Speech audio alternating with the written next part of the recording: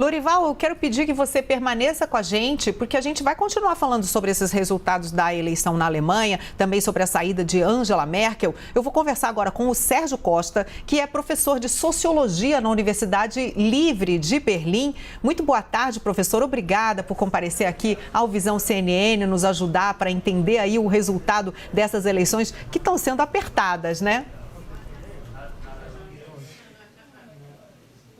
Boa tarde, Lorival. Um prazer estar com vocês, ainda que à distância. Boa noite para nós aqui na Alemanha.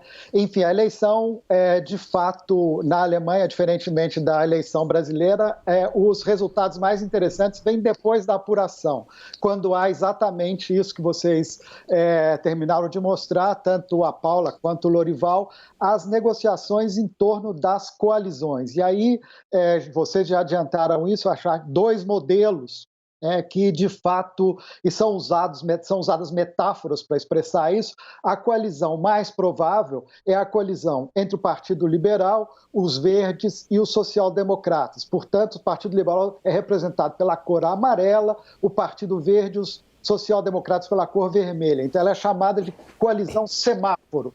A outra coalizão possível seria entre a Democracia Cristã, que é representada pela cor preta, o Partido Verde e os amarelos, os liberais, que são chamados, portanto, da coalizão Jamaica por causa das cores da bandeira da Jamaica. Então, se você abre os jornais hoje na Alemanha, todos o dia estão comentando o que vai sair ao final. Vamos ter Jamaica ou vamos ter semáforo? Afinal, são as opções mais prováveis, são essas duas, e o Lorival já adiantou, a coalizão semáforo com o Scholz como cabeça de chapa, ou seja, como futuro chanceler, é efetivamente a opção que a maioria dos alemães querem, isso indicam todas as pesquisas de opinião. Lorival. Sérgio, é bom ter a sua presença valiosa aqui. Eu quero aproveitar para te perguntar o seguinte: você acha que com esse desempenho excelente do Partido Verde, né, que quase dobrou a sua votação e também estando na cabeça de chapa, provavelmente na cabeça da coalizão, o Partido Social Democrata, apesar de estar também provavelmente os liberais democratas que representam aí o empresariado, pode haver um recrudescimento das posições da Alemanha e da Europa em relação a um protecionismo e até uma certa vigilância maior em relação à atuação do Brasil com relação à Amazônia, por exemplo?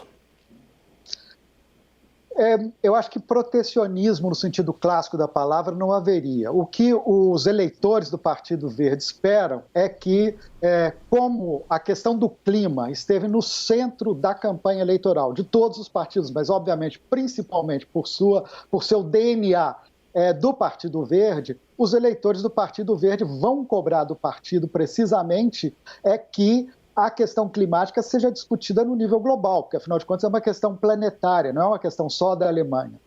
Portanto, o que me parece bastante possível é que os verdes, compondo o governo, inclusive com o vice-chanceler, que provavelmente será o Habeck, será o vice-chanceler, não a Baerbock, que seguramente vai haver uma pressão muito forte, não só com relação ao Brasil, mas com todos os fornecedores de produtos para a Alemanha, com todos os exportadores, de controlar efetivamente o nível de produção de carbono nessas linhas de produção. Então, acho que pode haver, por exemplo, restrições para o agronegócio brasileiro, se essa imagem do agronegócio como destruidor do meio ambiente continuar sendo a imagem que prevaleça pelo mundo.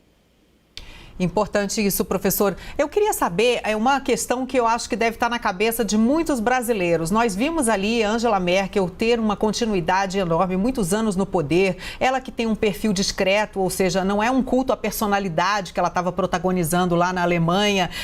E nesse momento em que ela resolve não concorrer, imediatamente o eleitorado elege seus opositores e ela fica, então, agora pertencendo a um partido de oposição. Ou seja, o que é que pode ter acontecido no decorrer de todo esse mandato? Eu gostaria que o senhor falasse realmente do sentimento do povo alemão com relação a isso, para que eles tenham optado uma pessoa que, para eles, é uma pessoa bem-sucedida na condução da Alemanha durante muitos anos e relegado ao partido dela agora o papel de oposição.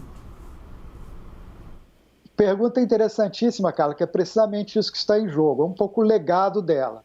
E aí, por mais curiosa que seja essa construção, acho que o Olaf Scholz, sendo atualmente o vice-chanceler, e inclusive pousando na sua maneira de se posicionar politicamente, adotando um estilo Merkel, ele conseguiu herdar esse legado mais do que o próprio candidato do partido de Merkel, que é Laschet. Então, a Merkel vai deixar o governo com uma aprovação recorde. Ela tem hoje mais de 70% de aprovação da população e ela é, de fato, muito admirada e muito, de alguma maneira, a população agradece a Angela Merkel por tudo que ela fez nesse período, etc., etc. Ou seja, ela fez o seu dever de casa. Não é que ela seja uma grande estadista, mas ela tratou dos problemas do país. E num contexto em que a gente tem líderes políticos que nem sempre tratam dos problemas dos países, tratam primeiro dos seus problemas pessoais, dos problemas de sua família, depois vão tratar dos problemas do país que governam, a Angela Merkel, ao fazer adequadamente o seu dever de casa, ela acabou se destacando no contexto mundial e, obviamente, também no contexto alemão. Ou seja, essa capacidade dela de administrar crises é algo impressionante. E passando por várias crises, a crise financeira de 2008, a crise do euro, depois, mais recentemente, a pandemia, antes disso, a chamada crise migratória, ela teve uma enorme capacidade de gerir crises e a população reconhece isso. Só que, e aí eu volto à sua pergunta, ela entende, o conjunto da população, que, se você toma as pesquisas de opinião, mais, inclusive eleitores do próprio partido de Angela Merkel preferem o Scholz como chanceler, porque o identificam como a pessoa mais competente para dar continuidade ao trabalho da própria Angela Merkel. Ou seja, você muda de partido, o Lorival disse isso, mas a população quer continuidade com alguma renovação. E o Olaf Scholz foi muito inteligente em captar esse sentimento da população e construiu toda a sua campanha em torno disso. Eu sou a Merkel que vai fazer melhor do que ela fez, porque eu tenho, digamos, a possibilidade de trazer inovações que ela não teve pelas circunstâncias políticas que cercaram seus mandatos. Muito bem, muito obrigado. Eu agradeço aqui a participação do Lorival Santana conosco na entrevista e principalmente, claro, ao Sérgio Costa, ele que é professor de Sociologia na Universidade Livre de Berlim e que trouxe aqui, então, a sua análise sobre as eleições na Alemanha. Uma ótima tarde para o senhor. Para vocês também. Muito obrigado pelo interesse.